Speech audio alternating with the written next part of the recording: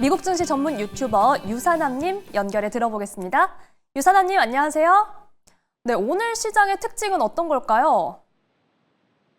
네, 일단 오늘 같은 경우는 트럼프 행정부의 세금 법안에 대한 하원 통과와 여기에 대한 긍정적인 요소들과 재정 적자 우려가 맞물리면서 오늘 시장이 전반적으로 혼조세를 나타내고 있습니다. 특히 이 국제시장 같은 경우는 30년물 국채 수익률과 20년물, 10년물까지 전반적으로 오름세를 기록하게 되게 되면서 어제 진행된 20년물 국채 경매에 대한 부진과 신용등급 강등에 대한 여파가 이어지고 있고요. 여기에다가 섹터별로 전반적으로 좀 나왔던 소식들에 따라서 움직이고 있고요. 특히 이번에 에너지 섹터 관련해서는 아무래도 증산이 추가적으로 나올 수 있다는 얘기가 나오면서 전반적으로 주가가 급락하고 있다. 에너지 섹터가 급락하고 있다라고 정리할 수 있을 것 같습니다.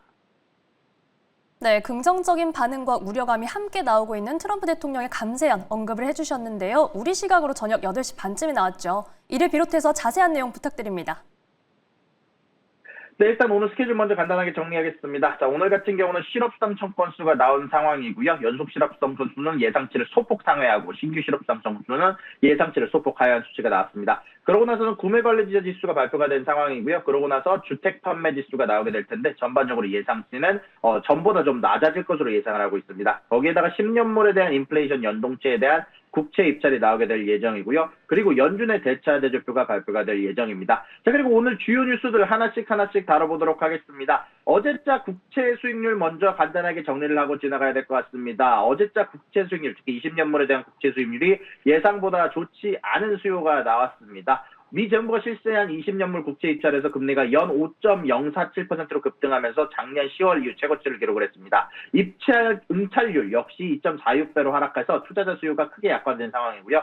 10년물 금리는 그 발표 이후에 4.6%까지, 30년물은 5.1%까지 치솟아 전반적으로 글로벌 금융위기 수준까지 다가섰다는 평가가 나왔습니다. 이번 금리 급등의 핵심 원인은 미국의 재정 악화로 인한 결국 신용등급 강등이라고 할 수 있을 것 같은데요. 지난 5월 16일에 무디스가 미국의 신용등급을 악화시켰고 여기에다가 무디스가 36조 달러를 넘어선 미국의 국가 부채 증가와 트럼프 정부의 강세 정책으로 인한 세수 감소, 사회복지 및 이자 지출 확대를 주요 이유로 꼽았는데요.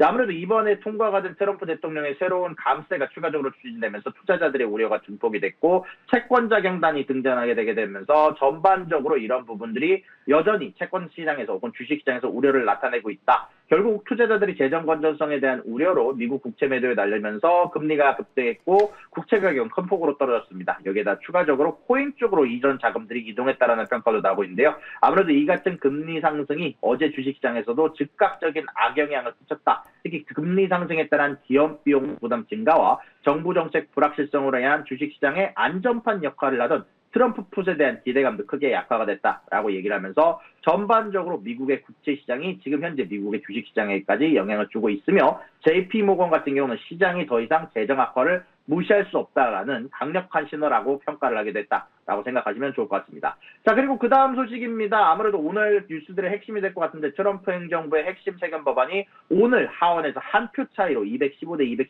214라는 한 표 차이로 극적으로 통과가 됐습니다. 이번 법안은 연말 세금 인상을 막기 위한 대규모 패키지로 주 지방세 사르트 공제 한도를 기존보다 크게 상향한 4만 달러를 조정했고 팁과 초과 근무 수당을 일시적으로 면세하는 등 트럼프 1기 정부의 세금 감면 조치를 연장하는 내용을 담고 있습니다. 특히 국가부채 한도를 4조 달러로 추가로 인상하면서 오는 8월에서 9월로 예상되는 디폴트 위기를 피하도록 하고요. 법안은 군사비를 1,500억 달러 증가하고 그리고 이민 단속에 1,750억 달러를 추가 배정받는 등 국방과 안보 분야 예산도 포함이 됐고요. 반면 하버드를 포함한 부유한 대학교의 투자소득세율을 현행 1.4%에서 21%로 대폭 20%가량 증가시키고 이민자들의 해외 송금에 대한 신규 세금을 부과하는 내용 등 여러 가지 추가적인 내용이 포함돼서 논란이 될 것으로 예상이 되고 있고요. 특히 이런 부분들에 앞서서 일단 태양광 관련된 섹터가 오늘 급락을 하고 있는데 일단 이런 부분들에 영향을 주게 된 게 결국 이번에 포함된 세금 관련된 법안에서 세액공제 종료, 풍력과 태양광 발전의 세액공제 종료 시기를 기존의 2013년에서 2028년으로 3년 앞당기는 내용이 포함되어 있어서 전반적으로 시장에 큰 충격을 주고 있다는 소식이 전달이 되고 있습니다. 특히 이번 법안은 주거용 태양광에 대한 30% 세액공제를 2025년 말 종료하고 상업용 청정에너지 세액공제도 2028년까지 앞당겨 폐지하는 등 공화당 내 보수파들의 요구를 강력하게 반영하게 되면서 시장에서는 이번 결정이 태양광 산업의 성장에 커다란 악재로 작용할 것으로 보고 있고요. JP모건은 세액공제 양도성 폐지로 인해서 태양광 세액 시장이 약 400억 달러 규모로 타격받을 것이다 라고 이야기가 전달이 됐다라고 소식이 전달이 되기도 했습니다. 다만 이번 법안은 아직까지는 상원에서 또 다른 관문을 통과해야 되고 이번 관문은 민주당 의원들과 같이 동의를 해야 되므로 아직까지는 8월까지는 법안 표결이 진행될 예정이다 라고 생각하시면 좋을 것 같습니다. 자, 그리고 마지막으로 오픈 AI가 애플의 전설적 디자이너 조니 아이브가 설립한 AI 하드웨어 스타트업 아이오를 65억 달러에 인수한다고 밝혔습니다. 이는 오픈 AI 역사상 최대 규모의 인수합병으로 거래는 전액 오픈 AI의 주식으로 이루어지게 되고요. 조니 아이브는 아이폰과 아이팟, 맥, 애플 등의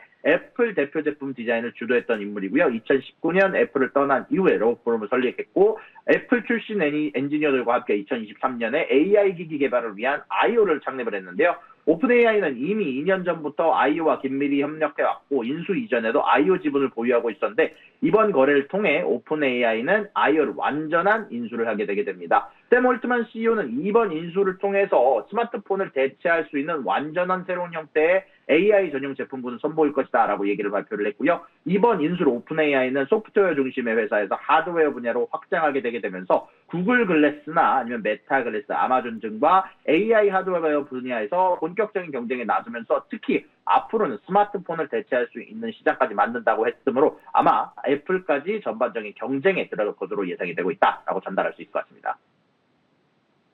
네, 확실히 오픈 AI가 이 독립적인 라인업 구축에 힘을 쓰는 것 같습니다. 더불어서 오늘 시장에 영향을 미칠 이슈들도 계속해서 추적해 보시죠. 미국 증시 전문 유튜버 유사남님과 함께했습니다. 고맙습니다.